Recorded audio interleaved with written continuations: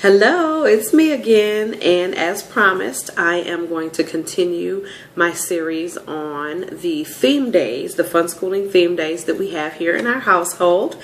And if you watched the first one, the one on Math Challenge Monday, you learned a lot more about the theme days. So I urge you to watch that first because I shared a lot more about how we do it overall and how it works and the results that we're getting. And so for this video and the following video, I'm going to be covering the other theme days and how we go about doing those things. So let's get started.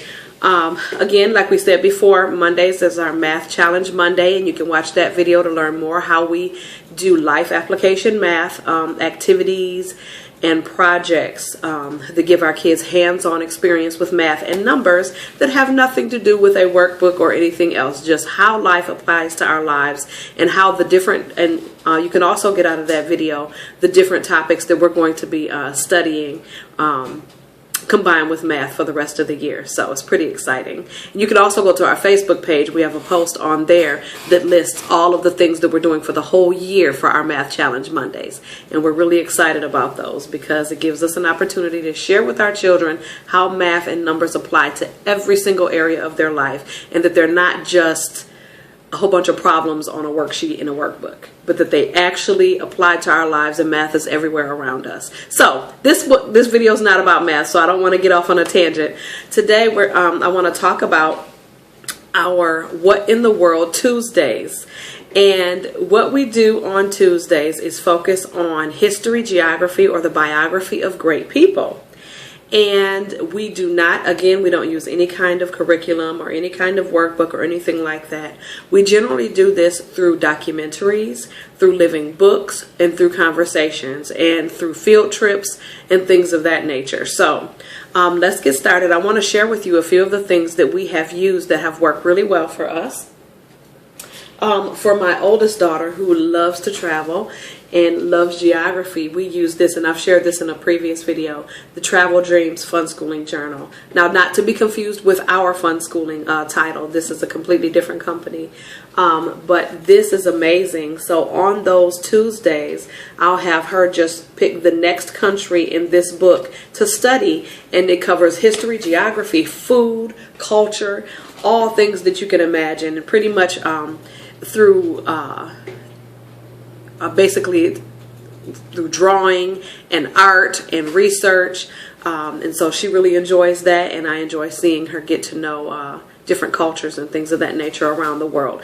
We're a very, very, very worldly, I guess you can say, family when it comes to exposing our children to the beauty of the world and different cultures and things of that nature. So when I found that, it is an absolute gem. If you do not have it, I definitely suggest that you get it. Some of the other things that we use, I collect these because it's Frommer's, Fodder's, and then a few other companies that have them.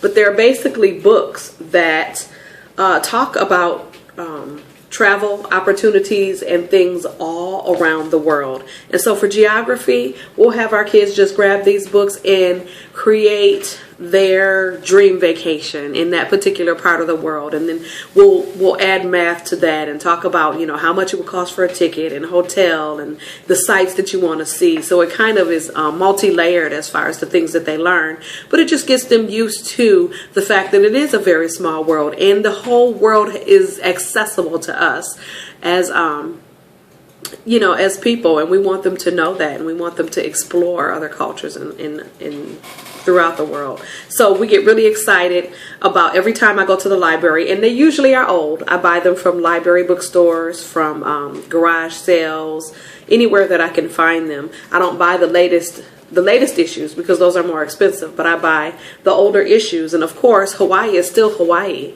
whether it's 2008 or 2017. So we love those. Some other things that we do, we watch a lot of documentaries on different places and cultures around the world, whether they be DVDs, or Netflix, Amazon, Hulu, things of that nature, things that we can find that will expose our children to other cultures, to historical facts and information, and to geographical locations all over the planet. And so some other things that we enjoy talking with our kids about that include history and geography is the Can You Survive series. There's lots and lots of different ones. Can you survive the desert? All kinds of things. But this one is Can You Survive Antarctica? So we'll have read aloud time with a child individually or with a group of kids and have discussions about that. We love the You Choose series, where you have several different outcomes based on how you choose. And this is packed full of history and geography. So we love that as well. The Where Is series, What Is series, and the Who Is series. We have stacks and stacks of the Where, What, and Who series. So again, we love biographies. We love reading about the history of different events, and we also love reading about great people that have done great things. And so our Tuesdays are filled with those types of things, although we read constantly all day, every day, you know, a multitude of topics. But on Tuesdays, we focus on those things. And then DK also has a good series of biographies of great people as well. And so as far as reading in the books and things that we use, a lot of times with all of our fun schooling theme days, I am crazy about making playlists. So I search, no matter what we're learning about, whether it's a historical fact, whether it's math, whether it's science, art, whatever it is, or if it's a person or a place, I make YouTube playlists on YouTube. I review all the videos in advance, and I kind of put them in the order in which I want to share information. But it is a real, you know, kind of an interactive way, or a way for children to learn different aspects of a situation or of a life event or something like that. So we love that. We'll combine a few books to read with a YouTube playlist and then a project. And then that would be our actual theme day for Tuesday, which is What in the World Tuesday, which is all about history, geography, and great people. So and then we also do some hands-on projects, geographical projects. This past week, and I'll show pictures in a moment, we did a project where we did balloon globes, where we blew up balloons, and they learned, you know, by looking at the globe and maps, where the actual continents and oceans are located on the globe, and they were able to actually glue those onto their own. So they kind of made their own balloon globe. So that was fun. So we'll do things like that. And we also get on a lot of different websites that that allow us to explore other parts of the world. So we may get on a site that helps us place all 50 states or all of the continents, or learn the capitals. Or we have a website that we really like that allows us, and I'll put these websites in the comments in case you want to explore them, but we have websites that we go to that talk about specific historical events, timelines, things of that nature. So if mom just did not have a chance to put together a YouTube playlist or put together a project for that day, generally that I get from Pinterest, most of my projects I get from Pinterest or from Facebook that I see, then we'll go to a website and we will learn that way, you know, on that particular What in the World Tuesday. But whatever it is, we spend that day focusing on history, geography, and great people. And so I hope that was helpful. I'm going to show you a few pictures now that will show you more of some of the projects that we've completed and some of the things that we have done.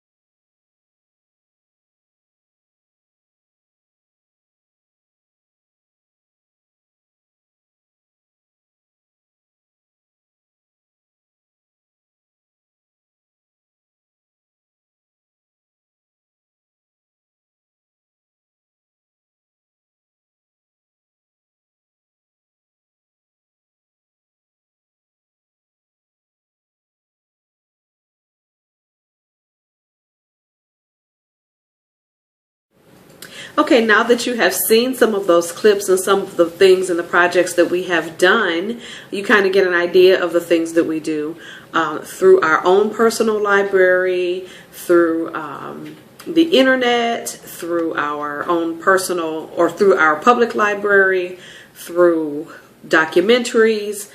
The sky is the limit as far as what it is that you want to share with your children and expose them to. When it comes to history and geography and great people and events that have happened all over the world. And so that's pretty much how we do it. And we do it in a very relaxed way. Generally, after reading or watching something, we have a conversation. We may not have an actual assignment or something like that. Anything that we do as a result of the things that we read and we watch, we may do an actual hands-on project. So, but it's not going to be in the form of, you know, a workbook or answering questions of something you've read or nothing like that. It may be like that in a verbal form. But it kind of gives you an idea of how we do our days. And again, it is very short and sweet, maybe an hour in the morning, and then they move on to doing their other things that they're interested in and that have their attention at the time. So that's how our What in the World Tuesdays go. I hope that was helpful for you. If you have any questions, feel free to put them in the comments below, and I'll be more than happy to answer them. If you have any ideas as well, I'm always open. We can learn from each other. Thanks for watching. Bye-bye.